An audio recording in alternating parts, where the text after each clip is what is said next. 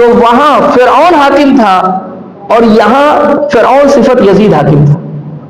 ایک تو شبہات یہ ہے نا, وہاں فرعون حاکم تھا جو بہت ہی ظالم ترین انسان تھا, اور یہاں ایک فرعون صفت انسان یزید جو ہے, یزید ملعون, وہ حاکم تھا. دوسری بات یہ ہے کہ وہاں بھی حکومت وقت کے افراد حضرت موسیٰ کے پیچھے پڑے تھے, ان کی جان کے دشمن تھے, اور یہاں بھی حکومت وقت کے لوگ امام حسین السلام کے خون کے پیاسے ہو رہے تھے, اس لیے امام حسین السلام نکل گئے. اور یہ ایک شباہت ہے, کیوں جناب موسیٰ کے اس واقعے کو یاد کر رہے ہیں جب آپ مصر چھوڑ کے مدین جا رہے تھے. وہاں بھی فرعون کے ساتھ ایک ظالم قوم تھی, اور یہاں بھی یزید کے ساتھ ایک ظالم قوم تھی, اور کچھ ظالم افراد تھے یا پست افراد تھے جو یزید کی بیعت کر چکے تھے. وہاں بھی حضرت موسیٰ نے حکم خدا سے ہجرت کی تھی, یہاں بھی امام حسین علیہ السلام حکم خدا و رسول سے ہجرت کر رہے تھے. کتنی شباہتیں آپ دیکھیں ذرا, کسی ایک مسئلے پہ ہمیں غور کرنے کی ضرورت ہے. میرے جو تاریخ میں نے اسی لیے عرض کیا, تاریخ صرف سننے کی چیز نہیں ہے, غور کرنے کی چیز ہے, انالائز کرنے کی چیز ہے.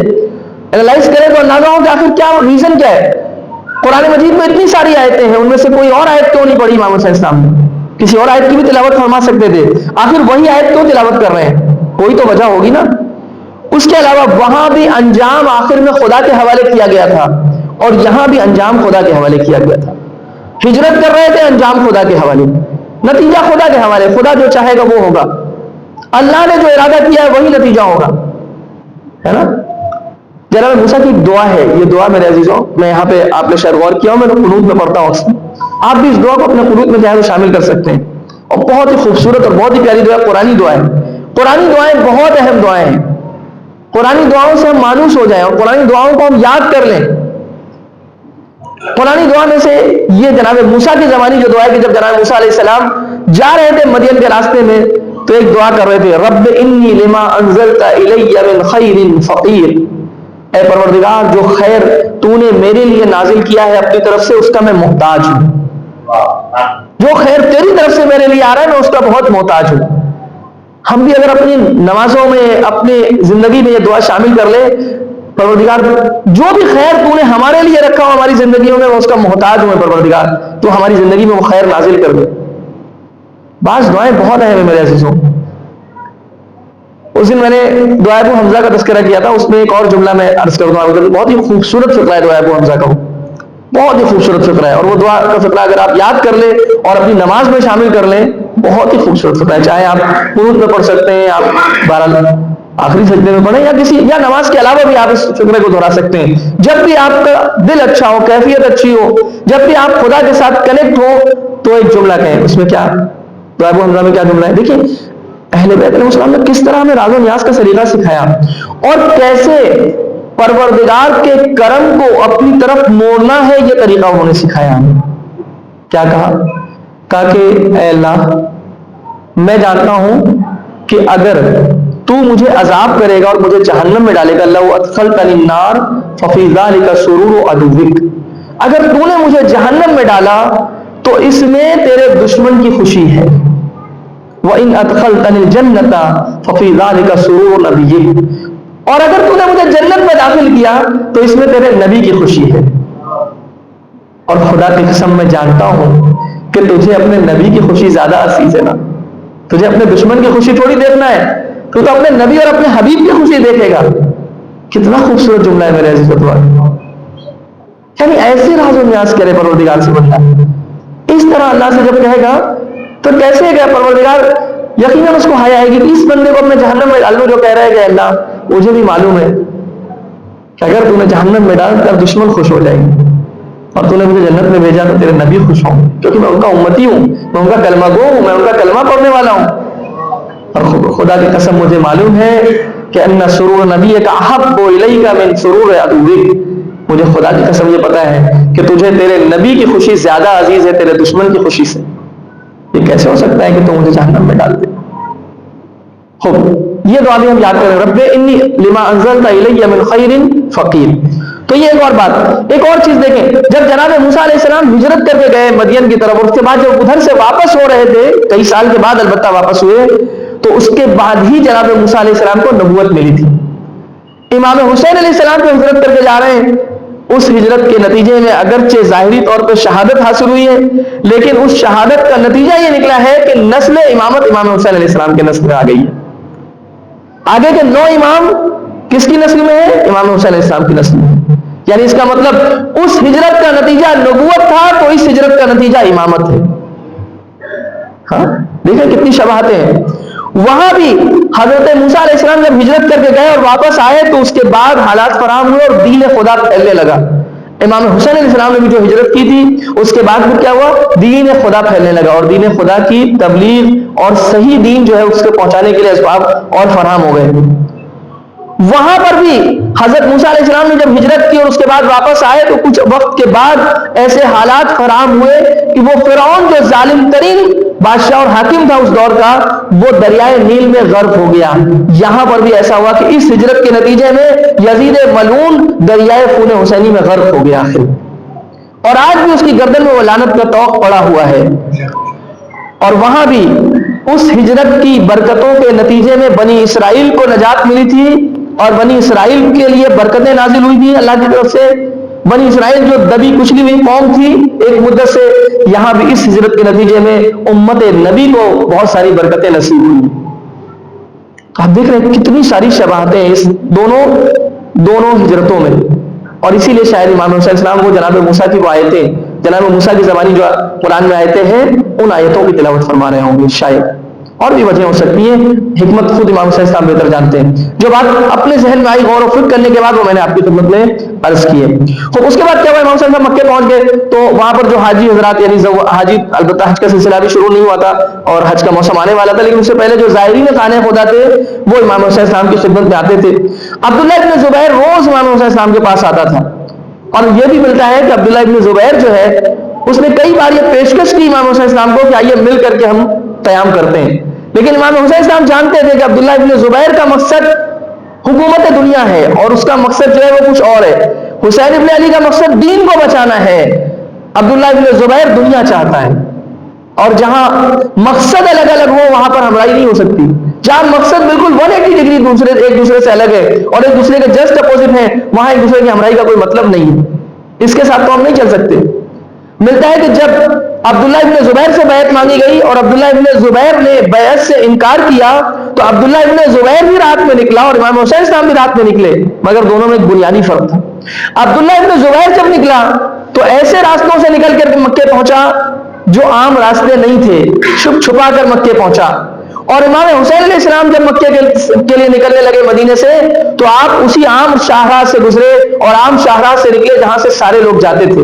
کسی نے آ کے امام علیہ السلام کو مشورہ دیا کہ آپ بھی ویسے ہی چلے جائیے جیسے عبداللہ ابن زبیر گیا ہے, وہ بے راہ اختیار کر لیجئے, وہ چھپ چھپا کے جو راستہ ہے ادھر سے چلے جائیے. کہا نہیں, حسین ابن علی نکل رہے اعلانیہ طور پہ. حسین چھپ کے کام کرنے والے انسان نہیں ہے, حسین ڈرنے والے نہیں ہیں کہ ڈر کے اور چھپ چھپا کر کے مکے چلے جائے. نہیں, بیعت کا انکار بھی اعلانیہ کیا ہے اور مدینے سے نکلے گی بھی اعلانیہ طور پہ, سب کو بتا کے اور اعلان کر کے نکلیں گے اور سب کو پتا ہے. کہا میں جاؤں گا اسی راستے سے جہاں سے سب جاتے ہیں, باقی خدا کی مرضی ہے, جو مصیبت اس کی طرف سے آنا ہوگی وہاں جائے میرے اوپر. لیکن حسین ابن علی, عبداللہ ابن زبیر اور حسین کے اصول میں بہت فرق ہے. عبداللہ ابن زبیر الگ ہے اور حسین ابن علی کا معاملہ الگ ہے. یہاں امامت کے اصول ہے میرے عزیزوں.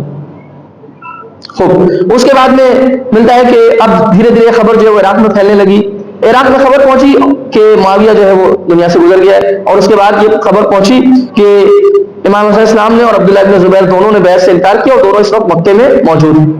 جب یہ خبر عراق کے لوگوں تک پہنچی تو کوفے کے اندر جو اس وقت کے بزرگ شیعہ تھے وہ سب جمع ہوئے جناب سلیمان ابن سرد خزائی کے گھر میں.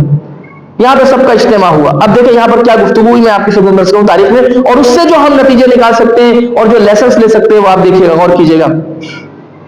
سلیمان ابن سرد خزائی کے گھر میں جمع تھے بڑے بڑے شیعہ جو بڑے بڑے اس وقت چاہنے والے تھے. تو جناب سلیمان نے جو ہے وہ یزید کے باپ کے مرنے کی خبر سنائی اور امام حسین السلام کے انکار بیعت سے آگاہ کیا, اور پھر اس کے بعد فرمایا کہ اب آپ جو کی یعنی اب تم لوگ جو کی ان کے اور ان کے والد کے شیعہ ہو, امام علی کے شیعہ ہو. بظاہر البتہ میں انشاءاللہ اگر وقت رہا تو کل عرض کروں گا کہ شیعہ کتنے طریقے کے ہوتے تھے اس وقت, شیعہ کی کتنی کیٹیگریز تھی. یہ بھی ایک بہت بڑا کوشچن ہے اپنے آپ میں. کبھی شیعوں نے قتل کر دیا امام حسین السلام کو, تو شیعہ کتنے ٹائپ کے شیعہ تھے, ٹائپس آف شیعہ. اگر مجھے موقع ملا اور اللہ نے حیات دی اور توفیق ملی تو کل آپ کی خدمت میں شاید میں عرض کروں. کہ ٹائپس آف شیعہ کتنے تھے، تاکہ یہ کلیئر ہو جائے اور سارے لوگوں کے لیے، خاص کر نوجوان ذہنوں کے لیے، کہ یہ جو بات آتی ہے کہ شیعہ لوگوں نے ہی امام حسین السلام کے ساتھ بے وفائی کی، ان کو دھوکہ دیا، ان کو قتل کیا، تو وہ کون سے ٹائپ کے شیعہ تھے، کس ٹائپ کے شیعہ تھے؟ البتہ میں نے ابھی آج آپ کے لیے گراؤنڈ تیار کر دیا. میں نے کیا عرض کیا؟ امامت کا جو کانسیپٹ ہے اور ریفائنڈ کانسیپٹ ہے، موسٹ ریفائنڈ کانسیپٹ، وہ آج ہمارے پاس ہے. اس زمانے میں ایسا نہیں تھا میرے عزیز، اس زمانے میں ایسا نہیں تھا. آپ دیکھیں مثلا اس وقت جب جو ہے وہ یزید کے باپ کے مرنے کی خبر پھیلتی ہے، اور اس کے بعد جب کوفے والے خط لکھتے ہیں تو کہتے ہیں کہ ہمارا کوئی امام نہیں ہے، ہمارا کوئی پیشوا نہیں. البتہ شاید ان کی مراد یہ ہوگی کہ ظاہری طور پہ ہمارا کوئی رہبر امام معصوم نہیں ہے. ایک وجہ، ایک اینگل یہ بھی ہو سکتا ہے. لیکن میں یہ عرض کرنا چاہوں گا کہ حتیٰ ہم ہوتے تو ہم تب بھی یہ نہ کہتے کہ ہمارا کوئی امام نہیں ہے. آج آپ دیکھیں ہمارے امام ہمارے سامنے نہیں ہے، لیکن اس کے باوجود ہم یہ نہیں کہتے کہ ہمارا کوئی امام نہیں ہے. اگر امام کے پاس ظاہری طور پہ اقتدار اور حکومت نہ ہو تب بھی ہماری نظروں میں امام امام رہتا ہے، وہ ہمارا رہبر تب بھی رہتا ہے، چاہے اس کے پاس اقتدار ہو یا نہ ہو. ہمارا اب یہ ماننا یہ ہے، میں نے عرض کیا کہ ہمارے علماء نے اس پر بہت کام کیا ہے، تب ہمارا یہ ماننا کیا ہوا کہ زمین تو کسی لمحے امام سے خالی رہ ہی نہیں سکتی، اور ہمارا کوئی نہ کوئی تو امام ہوگا ہی ہوگا ہر لمحے. یہ تو ہو ہی نہیں سکتا کوئی امام اور پیشوا نہ ہو. البتہ شاید ان کی مراد ہو سکتا ہے پولیٹیکل لیڈر کی بات کر رہا ہوں کہ ہمارا کوئی پولیٹیکل لیڈر نہیں ہے، فی الحال ہمارا کوئی پولیٹیکل لیڈر نہیں. بہرحال ان لوگوں نے پھر اس کے بعد سلیمان ابن سرد نے سارے لوگوں سے کہا کہ تم لوگ کی جو کہ ان کے اور ان کے والد کے، ان کے بابا کے شیعہ ہو، اگر ان کی نصرت اور دشمن سے جنگ کرنے کی تیاری رکھتے ہو اور ان کی راہ میں اپنی جان تک قربان کر سکتے ہو تو ایک خط لکھ کر اپنی آمادگی اور تیاری کا اظہار کرو، اور اگر ڈرتے ہو کہ سستی کرو گے. یہ جملے بہت اہم ہیں. اسی وقت جب پہلی میٹنگ ہو رہی ہے کوفے کے اندر جناب سلیمان کے گھر میں، تو پہلی میٹنگ میں جناب سلیمان نے سارے لوگوں کے لیے بہت کلیئر کیا کہ اگر ڈرتے ہو اور تمہیں یہ ڈر ہے کہ سستی کرو گے اور ان کی نصرت سے ہاتھ اٹھا لو گے تو پھر انہیں دھوکہ مت دو. کیا کہا جناب سلیمان نے؟ سب سے انہیں دھوکہ مت دو اور بلا وجہ اپنی جانثاری اور قربانی کا دم نہ بھرو. خالی بڑی بڑی باتیں مت کرو کہ ہم آ جائیے، ہم آپ کے لیے جان دے دیں گے، آپ کے لیے سب کچھ کر دیں گے. یہ مت کرو. اس کا مطلب ایسا لگتا ہے جناب سلیمان کو معلوم تھا کہ لوگوں کو حق تو پتا ہے، لیکن حق کے لیے جب جان دینے کی باری آئے گی تو سب کھڑے نہیں رہیں گے. حق کے لیے جب قربانی دینے کا مرحلہ آئے گا تو سب کھڑے نہیں رہیں گے. اسی لیے جناب سلیمان سب سے کہہ رہے ہیں تم کو پتا ہے، ہم جانتے ہیں کہ تم سب چاہنے والے ضرور ہو، تم ان کے عاشق ضرور ہو، لیکن یہ پہلے اچھی طرح سے تم لوگ سمجھ لو کہ اگر وہ آتے ہیں اور اس کے بعد مرحلہ جانثاری تک پہنچا اور جان دینے تک پہنچا تو کیا تم کھڑے رہو گے؟ کیونکہ یہ بات میرے عزیزوں واضح ہے، بہت سارے لوگ حق کو جانتے بھی ہیں، پہچانتے بھی ہیں، لیکن حق کے لیے قربانی نہیں دیتے. حق کو جاننا اور پہچاننا اور ہے، اور حق کے لیے قربانی دینا اور سیکریفائس کرنا اور ہے. یہ بہت سخت مرحلہ ہے. انسان حق کی بات کبھی تک کرتا ہے جب تک اس کا اپنا کوئی نقصان نہ ہو یا جب تک اس کا کوئی فائدہ جڑا ہوا. جیسے ہی اس کے اوپر کوئی نقصان آنے لگتا ہے پھر وہ اپنے آپ خاموش ہو جاتا ہے یا حق سے پیچھے ہٹ جاتا ہے اور حق کی حمایت چھوڑ دیتا ہے، بلکہ اس سے بھی بالاتر ہوتا ہے مرحلہ. چلیے یہ تو ٹھیک ہے کہ حق کے لیے بولے نہ اور خاموش ہو جائے یا حق کی حمایت سے ہاتھ اٹھا لے، یہاں تک تو پھر بھی آسان ہے. اس کے بعد کا مرحلہ بہت سخت ہوتا ہے کہ کبھی کبھی جب سخت منزلیں آتی ہے تو نہ صرف یہ کہ حق کے لیے نہیں بولتا، حق والوں کا ساتھ نہیں دیتا، بلکہ باطل کی صف میں کھڑا ہو جاتا ہے اور باطل کا ساتھ دینے لگتا ہے. یہ اس سے بھی سخت مرحلہ ہے اور یہ کسی کے ساتھ بھی پیش آ سکتا ہے. آج کی مجلس میں انشاءاللہ اگر موقع رہا تو میں کل عرض کروں گا کہ کوفے والوں نے جو کچھ کیا وہ ایک طرح کا نارمل ایٹیٹیوڈ تھا. عرض کروں گا کل انشاءاللہ آپ کی خدمت میں اگر موقع رہا کہ وہ جو کیا وہ ایک نارمل ایٹیٹیوڈ تھا. وہ جو حسین والوں نے کیا وہ ایکسٹراڈینری تھا، وہ ایکسٹراڈینری تھا. باقی وہ نارمل کیا جو انہوں نے کیا. یہی ہوتا ہے دنیا زمانے میں. آپ دیکھ لیجیے عرض کیا نا امام حسین السلام نے اسی لیے جملہ فرمایا تھا، بہت قیمتی جملہ امام حسین السلام کا. کیا فرمایا؟ الناس عبید الدنیا، لوگ تو دنیا کے غلام ہیں، والدین لائق علی السنتہم، دین تو ان کی زبانوں کا چٹکارا اور زبانوں کی ان کی زبانوں کا ٹیسٹ ہے، زبانوں کا ٹیسٹ ہے دین. فَإِذَا مُحْسُوا بِالْبَلَاءِ قَلَّتْ دَيَّانُونَ، جب بلا اور آزمائش اور امتحان کی منزل آتی ہے تو دیدار بہت کم ہو جاتے ہیں. دینداری تو تب تک ہوتی ہے جب تک کہ سب اچھا چلے. میری دنیا ایک دم سیٹ رہے گی تو میں بہت بڑا دیندار ہوں، مجھ سے بڑا کوئی متقی نہیں ہے، لیکن جہاں میری دنیا کے اوپر آنچ آئے گی اس کے بعد میں کتنا بڑا دیندار باقی رہتا ہوں، یہ اس کے بعد کا مرحلہ ہے، یہ بہت سخت۔ چنانچہ جناب سلیمان جانتے تھے، انہوں نے کہا کہ اگر قربانی نہیں دے سکتے تو دھوکہ مت دو امام حسین السلام کو، مت لکھو خط۔ اور یہ بھی طے بات ہے کہ حق جو ہے وہ قربانی چاہتا ہے، حق قربانی چاہے گا۔ یا دیکھیے حق جو ہے وقت کی قربانی چاہے گا، میں آپ کی خدمت عرض کروں، حق جو ہے وہ کم ترین قربانی آپ سے جو چاہے گا وہ وقت کی قربانی چاہے گا، حق کے لیے وقت دینا پڑے گا، ہے یا نہیں صحیح؟ آپ اس وقت کیوں بیٹھے ہوئے ہیں؟ وقت دے رہے ہیں نا اپنا، تو وقت کو قربانی دینا پڑے گی، وقت کی انسان کو کم ترین قربانی۔ پھر وقت سے آگے بڑھے گی بات تو مال کی قربانی آئے گی، پھر مال خرچ کرنا پڑے گا حق کے لیے۔ پھر مال سے آگے بڑھے گی بات تو جان پہ آئے گی بات، پھر جان بھی دینا پڑ سکتا ہے۔ جان سے آگے بڑھے گی تو آبرو پہ بات آ سکتی ہے انسان کی۔ بالآخر حق کوئی نہ کوئی قربانی تو مانگتا ہے انسان سے، اتنا آسان نہیں ہے کہ حق جو ہے وہ ثابت ہو جائے اور حق حاصل ہو جائے اور کوئی قربانی ہی دینا نہ پڑے، کیونکہ ہم لوگوں کا نیچر یہ ہے کہ ہم سب کچھ، ہم لوگ کمفرٹ زون میں رہنے والے لوگ ہیں، ہم یہ چاہتے ہیں کہ سب کچھ ہمیں آسانی سے مل جائے، سب کچھ فار گرانٹیڈ لیتے ہیں ہم لوگ، فار گرانٹیڈ رہ کے حق کی پیروی نہیں ہوتی ہے، حق کے لیے ہمیشہ قربانی دینا پڑتی ہے۔ آپ دیکھ رہے ہیں اس وقت قربانی دے رہے ہیں نہیں؟ آپ بتائیں کہ ایران کے لوگوں کا خود کا ذاتی مسئلہ ہے جس کے لیے قربانی دے رہے ہیں؟ ایرانی قوم، لبنان کی قوم، یمن کی قوم، ان کا ذاتی میٹر ہے کہ اس کے لیے قربانی دے رہے ہیں وہ لوگ؟ ان کے اوپر میزائلیں گرائی جا رہی ہیں، ان کے اوپر بم گرائے جا رہے ہیں، ان کو طرح طرح سے پریشان کیا جا رہا ہے، ان کے ہاں جانے جا رہی ہیں، ان کے لیڈرز کو قتل کیا جا رہا ہے، ان کے انٹلیکچوئلز کو مارا جا رہا ہے، یہ قربانیاں دے رہے ہیں، کیوں دے رہے ہیں میرے عزیزو؟ آپ بتائیے مجھے، حق کے لیے ہی تو لڑ رہے ہیں نا، کوئی ذاتی مسئلہ تو نہیں ہے، ورنہ اگر وہ بھی خاموش ہو کے بیٹھ جاتے جیسے بہت سارے مسلم کنٹریز بیٹھے ہوئے ہیں تو کیا مشکل تھی؟ یمن کے لوگوں کی قربانی، واقعی ہمارا درود و سلام ہو یمن کے لوگوں کے اوپر۔ آپ دیکھیں وہ قوم جس کے پیروں میں چپل اور جوتے تک نہیں ہے، وہ قوم اپنی آخری سانسوں تک حق کے لیے لڑ رہی ہے اور دنیا کے لیے ایگزامپل سیٹ کر رہی ہے کہ اگر حق کے لیے لڑنا ہے اور حق کے لیے قربانی دینے کی نوبت آ جائے تو تمہارے پاس کچھ ہو یا نہ ہو لیکن جتنا ہے اس کو لے کر کے میدان میں اتر جاؤ، پھر اس کے بعد چاہے جتنی مصیبتیں آتی ہیں سب کو گلے لگا لو۔ ہمیں یہ لگتا ہے، معاف کیجیے گا میں یہاں پہ تھوڑا اپنی کمیونٹی کی بات کر لوں ذرا سا، ہمیں لگتا ہے نا کہ امام علیہ السلام آئیں گے تو سب سے آگے تو ہم ہوں گے، تھوڑی سی بات میری تلخ ہو جائے تو معاف کر دیجیے گا، ہمیں لگتا ہے کیونکہ ہم نے سب سے بڑی نیازیں کھلائی ہیں لوگوں کو، تو ہم سے بڑا تو کوئی نہیں ہوگا، ہم سب سے بڑے مولائی ہیں بھائی، ٹھیک ہے ہاں مال خرچ کیا ہے لوگوں نے، مانتا ہوں، وہ کیسا کیا کیسا نہیں کیا وہ خرچ کرنے والا جانے، میں اس میں بھی نہیں جانا چاہتا ہوں فی الحال، ہر انسان کا اپنا معاملہ ہے، لیکن چلیے حلال مال بھی خرچ کیا ہے، اچھی بات ہے، قربانی دی ہے، لیکن مال کی قربانی کہاں اور جان کی قربانی کہاں؟ مال کی قربانی کمتر ہے جان کی قربانی سے۔ وہ لوگ وہ ہیں جو مال بھی دے رہے ہیں اور جان بھی دے رہے ہیں، آگے رہیں گے یا نہیں رہیں گے ہم لوگوں سے؟ یقیناً آگے رہیں گے، حتماً اور حتماً آگے رہیں گے۔ ہمیں لگتا ہے کہ ہم بہت آگے ہیں لیکن ہم آگے نہیں ہیں، مجھے ایسا لگتا ہے بہت پیچھے ہیں، بہت پیچھے، معذرت کے ساتھ۔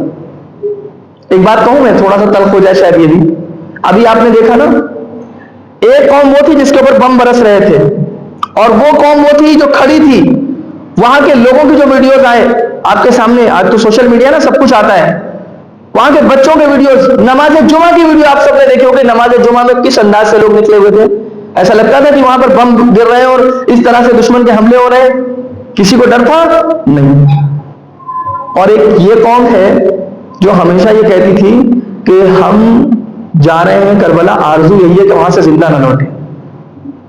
کیا کہتی تھی؟ ہم کیا کہتے تھے؟ میں اپنی بات کر رہا ہوں سب سے پہلے اپنے اوپر پہ، میں یہ کہتا تھا ہمیشہ کہ میں جا رہا ہوں کربلا، بس آرزو یہ مولا مجھے ایک بار کربلا بلا لیجئے، اس کے بعد اب تو بس یہ آرزو ہے کہ وہیں پر میری شہادت ہو جائے اور وہاں سے میں زندہ نہ لوٹوں، میری قبر وہیں بن جائے۔ یہی سوچتے تھے نا، آ گئی مصیبت تو معلوم نہیں کہاں کہاں لوگوں سے فریاد کر رہے تھے، کن کن لوگوں سے کہ بس مجھے نکال لیجئے یہاں سے۔ مجھ جیسا انسان تو وہ ہے کہ اگر وہاں پر کوئی ایسا حادثہ ہو جائے گا جس میں میں شہادت سے بچ جاؤں گا تو اگر کہ یہاں سب کو بتا کے یہ کہوں گا اللہ کا بڑا احسان کہ میں بچ گیا، اللہ کا بڑا شکر کہ وہ برابر میں ہوا تھا، میرے ساتھ نہیں ہوا، وہ بازو والے ہوٹل میں گرا تھا، مجھے کچھ نہیں ہوا۔ یہ سب تلخ حقیقت ہے، سننا پڑے گا ہمیں، ہاں تھوڑا سا شاید آپ کو برا لگے، معذرت، لیکن یہ سچائی ہے نا۔ خوب، اس کا مطلب یہ کہ قوم کو بہت آگے لے جانا ہوگا ابھی. اور پھر کیا ہوگا؟ میں تو کبھی کبھی یہ سوچتا ہوں کہ یہ تو چلیے بہرحال وہ اپنے ہیں، مسلمان ہیں، ایک حد تک شیعہ بھی ہیں، ابھی وہ بعض لوگ آزاد فکر لوگ جو مغربی دنیا میں وہاں کی سارے مظالم کو، حکومتوں کے جو ظلم ہے ان کو برداشت کر کے حق کے لیے آواز اٹھاتے ہیں، چاہے یونیورسٹیز میں اٹھاتے ہیں، چاہے وہ روڈ پہ آ کے پروٹیسٹ کرتے ہیں، کسی عنوان سے بھی وہ حق کے لیے آواز اٹھا رہے ہیں. نہیں معلوم ان کے دل میں کون سا نور ہو کہ کب ان کی ہدایت ہو جائے، اور ہمیں نہیں معلوم کہ اگر آنے والا آ جائے تو ہو سکتا ہے ان کو پہلے بلائے اور ہم کو بعد میں بلائے. سچ ہے یا نہیں ہے؟ ماننا پڑے گا. ہم یہ کہتے ہیں نا وہ غیر ہیں، وہ غیر ہیں، وہ غیر ہیں، تو اپنے کہاں ہیں؟ غیر ہم سے بہتر نہیں دکھ رہے کبھی کبھی میدان میں. میں سوچ رہا تھا کہ وہ نان مسلم لڑکی، میں واقعی اس کو سلام کرتا ہوں، سیلیوٹ کرتا ہوں یہاں سے، وہ نان مسلم لڑکی جو مائکروسافٹ کے اس جلسے میں، کہ جو بالکل وہاں پہ ٹاپ آفیشلز کا جلسہ ہو رہا تھا اور میٹنگ ہو رہی تھی، اس کے اندر جس نے کھڑے ہو کر کے حق کی آواز بلند کی اور اپنی اتنی بڑی جاب اور اتنا بڑا پیکج چھوڑا ہے، وہ نہ معلوم ہم جیسے کتنے لوگوں سے بہتر ہوگی. قربانی دی ہے نا اس نے حق کے لیے. یقیناً اللہ کہیں نہ کہیں اس کا اجر اس کو ضرور دے گا، یا دنیا میں دے گا یا آخرت میں دے گا. اور حق بنتا ہے کہ ایسے لوگوں کے لیے ہم یہ دعا تو کریں. میں تو یہ دعا کروں گا کہ اللہ ایسے لوگوں کو بہترین اجر یہ عطا کر دے کہ ان کو ہدایت دے دیتے،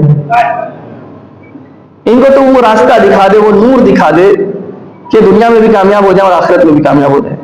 کیونکہ آج یہ حق کے لیے بول رہے ہیں، آج یہ مظلوموں کے حق میں بول رہے ہیں. خود میرے عزیزوں، باتیں بہت ساری کہنا بھی، لیکن کہیں سے کہیں اور بات نکل گئی. چنانچہ میں نے عرض کیا کہ حق کے لیے قربانی دینا پڑتی ہے. جناب سلیمان ابن سورۃ خزائی کو یہ بات اچھی طرح معلوم تھی کہ حق کے لیے جب قربانی دینے کا مرحلہ آئے گا تو بہت کم لوگ کھڑے رہیں گے میدان میں. یہ آسان مسئلہ نہیں ہے. اسی لیے پہلے سے انشور کر رہے تھے اور سب سے یہ پہلے سے کنفرم کر رہے تھے کہ رکو گے یا نہیں رکو گے. یقین ہے کہ تم لوگ ٹھہرو گے. ایک بات یہ بھی طے ہے کہ سلیمان کو یہ معلوم تھا، جناب سلیمان ابن سورۃ کو، البتہ خود جناب سلیمان بھی نہیں آئے وہاں تک. اب کیا مسئلہ ہے کہ وہ ایک الگ چیپٹر ہے، اس کو نہیں چھیڑ رہا ہوں. حالانکہ وہ بھی خود ایک بہت بڑا فگر تھے، لیکن نہیں آئے اس موقع پر کربلا. کیا حالات تھے؟ دیکھیں ایک بات عرض کروں، جب فتنے کے حالات ہوتے ہیں، جب آزمائش کے حالات ہوتے ہیں، تو بڑے بڑے لوگ کبھی کبھی یہ طے نہیں کر پاتے کہ مجھے کدھر جانا ہے اور کیا کرنا ہے. اس جب آزمائش کے حالات ہو، جب سخت حالات ہو، اور جب فضا ایسی بنی ہوئی ہو کہ انسان سمجھ نہ سکے کہ صحیح کیا اور غلط کیا، اور صحیح فیصلہ کیا اور صحیح وقت پر کون سا فیصلہ لینا ہے، ایسے میں کبھی بڑے بڑے لوگ پیچھے رہ جاتے ہیں. پھر میں عرض کروں گا یہاں پر جناب حر جو بھی ہوں، لیکن جناب حر پر کروڑوں درود و سلام، صحیح وقت پر صحیح فیصلہ لیا. ہاں، right step at right time, بالکل صحیح وقت پہ صحیح فیصلہ لیا ہو. یہ بھی ایک کربلا کا درس ہے ہمارے لیے. صحیح وقت پہ صحیح فیصلہ اگر انسان نہیں کرے گا بعد میں پچھتاوا ہوگا. جب وقت ہے تو فیصلہ کر لے. کبھی کبھی جب انسان صحیح وقت پہ سمجھ جاتا ہے حقیقت کو اور حق کو، اس کے بعد بھی اندر سے شیطان وسوسے کرتا رہتا ہے، ابھی رک جاؤ، ابھی رک جاؤ، ابھی حالات نہیں ہے، ابھی یہ نہیں ہے، ابھی وہ نہیں ہے، ابھی تھوڑا سا اور بہتر ہو جائے، تھوڑا سا اور ماحول مل جائے، تھوڑا سا تمہارے اور سپورٹرز کھڑے ہو جائیں، تھوڑا سا یوں ہو جائے، کچھ لوگ اور بھی تو تمہارے ساتھ کھڑے ہو، اچھا تمہاری اکیلی آواز سے کیا ہونے والا ہے. اس طرح کے وسوسے آتے ہیں. اور کوئی دوسرا آپشن سوچ لو، شاید اس کے علاوہ بھی کوئی دوسرا تیسرا آپشن ہوگا. یہ سب سوچ کے ہمیں شیطان پھر اس کے بعد سست کر دیتا ہے. جناب حر کے پاس کیا نہیں تھا؟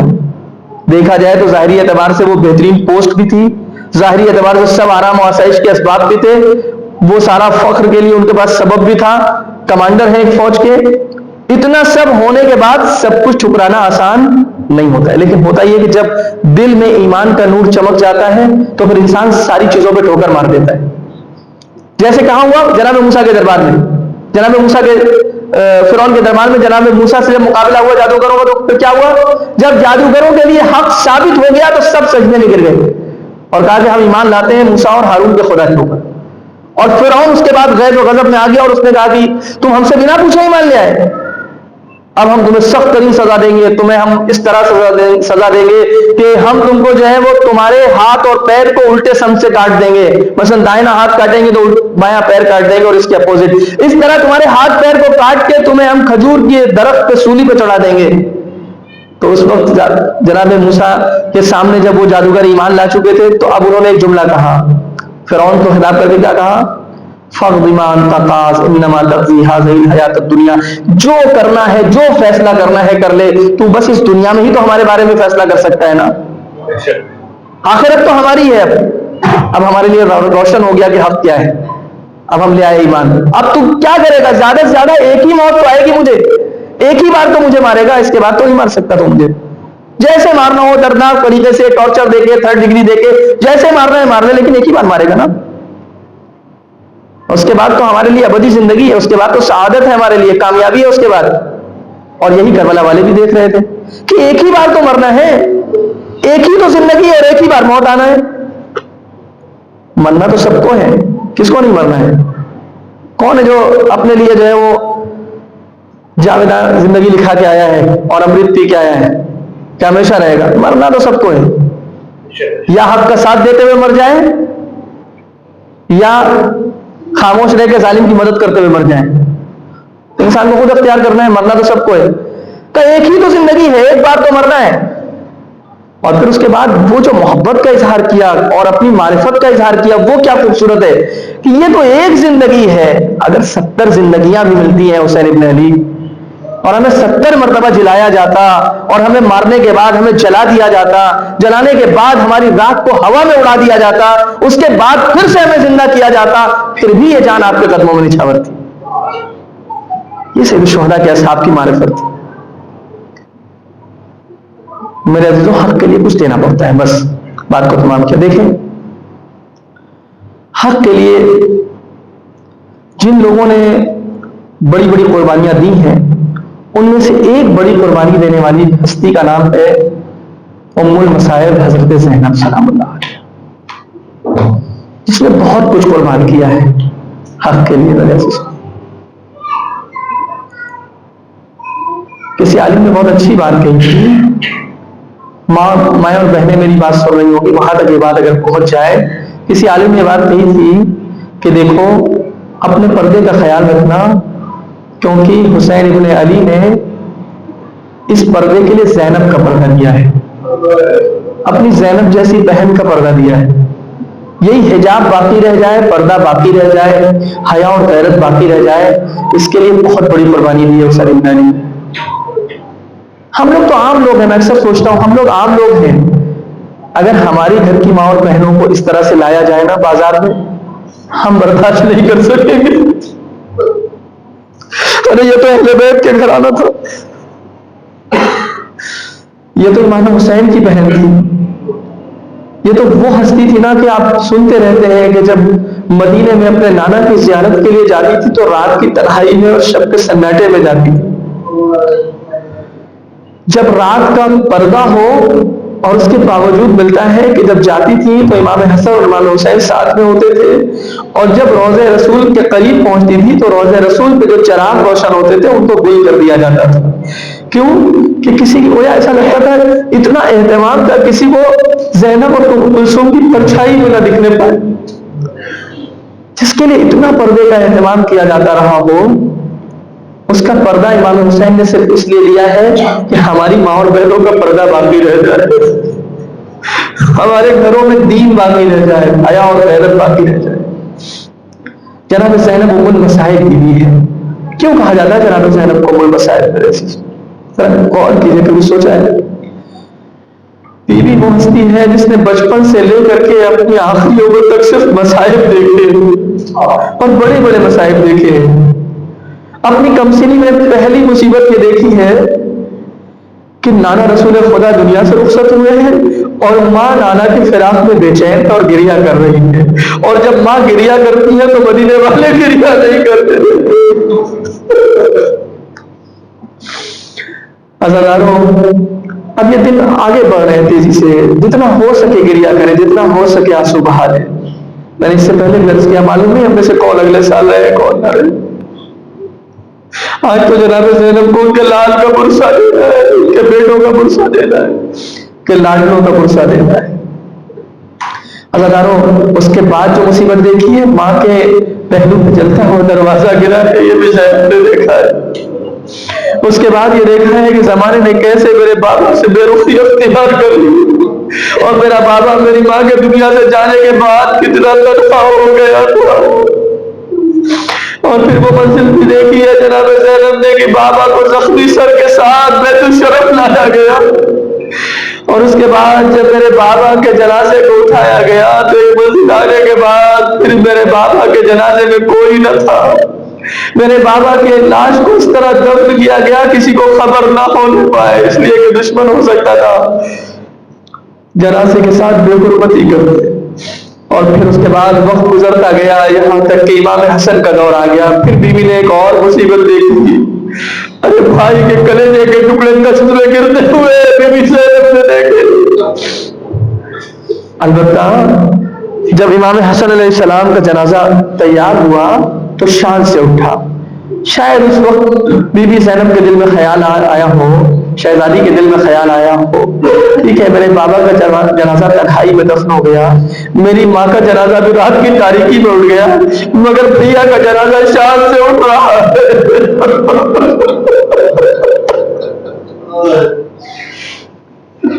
شاید بھی میں یہ نہ سوچا ہو کہ میرے بھیا کا جنازہ باہر جانے کا یہ پہلا جنازہ ہوگا جو گھر سے نکلنے کے بعد گھر واپس آئے گا۔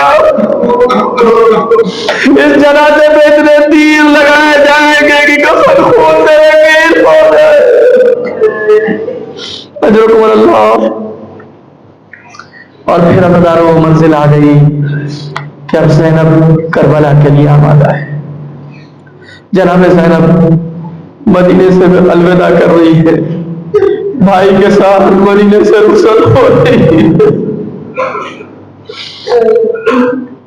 عجب نہیں، نانا کی قبر پہ آ کے جملہ کہو، نانا ہم جب مدینے سے کوفے گئے تھے بابا کے ساتھ، اور اس کے بعد جب واپس آئے تو بابا ہمراہ نہ تھے، آج ہم پھر مدینے سے جا رہے ہیں بھیا حسین کے ساتھ، کہیں ایسا نہ ہو کہ پھر جائے تو میرے بعد میری واپسی میں میرا بھیا حسین ساتھ نہ ہو۔ اجرکم اللہ۔ امام حسین مکے پہنچ گئے۔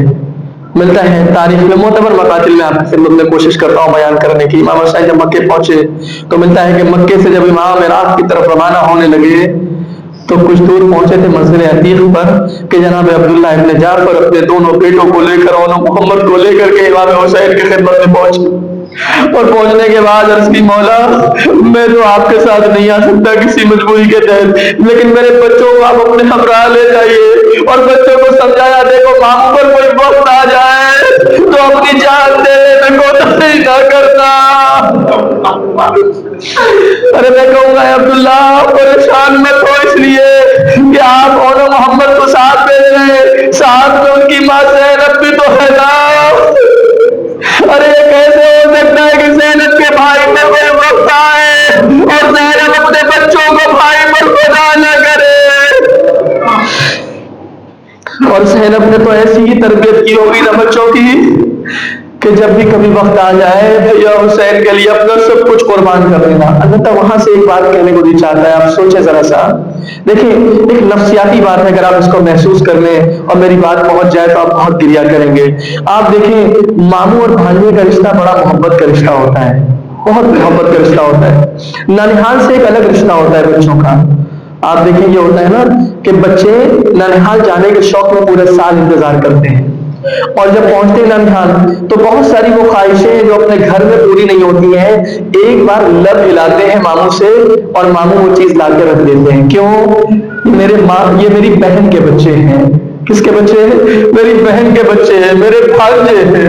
بھانجوں سے ایک الگ ہی محبت ہوا کرتی ہے نا ماموں کی، لہذا بھانجے بھی اپنے ماموں سے اپنی تمام خواہشیں پوری کرا لیتے ہیں۔ عزیزان گرامی، کربلا میں حسین کے بھانجوں نے بھی کوئی خواہش کی تھی، حسین کے بھانجے نے بھی کوئی خواہش کی تھی۔ کون سا ماموں ہے کہ بھانجے کوئی خواہش کرے اور ماموں پوری نہ کرے اگر اس کے بس میں ہو؟ مگر حسین کے بھانجوں نے جو خواہش کی وہ حسین کے لیے بڑا سخت تھا۔ ارے بھانجوں نے یہ خواہش کی تھی ماموں ہمیں میدان میں جانے کی اجازت دیجیے،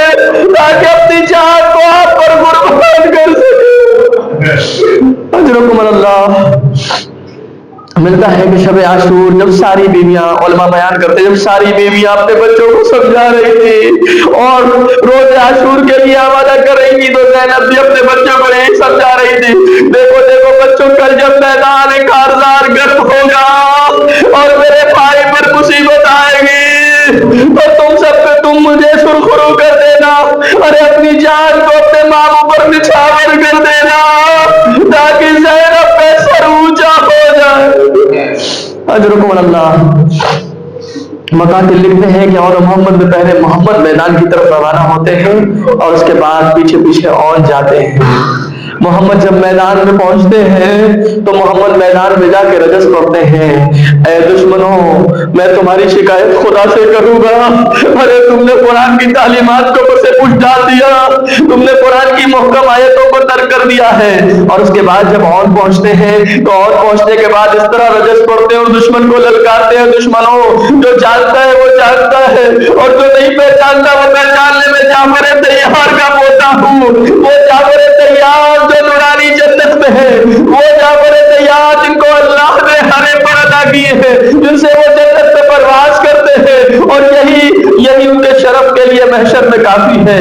اگر ارو جناب اون نے جا کر کے اس طرح رجس پڑھا، محمد نے اس طرح رجس پڑھا اور اس کے بعد جنگ شروع کی، مقاتل نے لکھا محمد نے 10 دشمنوں کو واصل جہنم کیا، اون نے 30 سواروں کو اور 18 پیادوں کو واصل جہنم کیا، لیکن یہ حسین کے بھانجے کب تک جنگ کرتے ہیں؟ ارے یہ بھی تو حسین کی طرح بھوکے پیاسے تھے، ایک منزل وائے کی دشمن کی طرف سے وار ہوا، حسین کے بھانجے زمین میں آئے، ماموں کو آواز دی، امام حسین کے عزاداروں آپ دیکھیں جب بھی کسی شہید کا جنازہ مقتل سے آتا تھا تو زینب حسین کے پاس آتی ہوگی، تسلی دیتی ہوگی، مگر جب اور محمد کے جنازے آئے تو زینب نظر نہ آئی۔ ارے جب کسی نے تلاش کیا تو کیا دیکھا؟ ایک ماں ہے جو سر کو سجدے میں رکھ کے آواز دے رہی تھی، پروردگارا تیرا شکر، تو نے میری قربانی کو قبول کر لیا، تو نے مجھے سرخرو کر دیا، ارے بچوں نے میری لاج رکھ دی۔ اللہ اکبر۔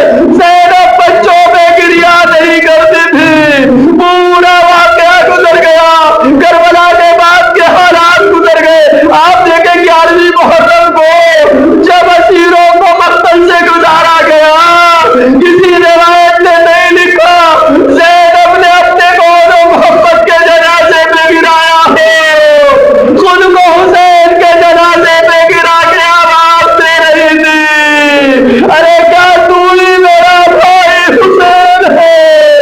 تیرے جسم پہ اتنے زخم ہے کہ پہچان نہیں سکتی، اے اللہ تیرے اس قربانی کو قبول فرما۔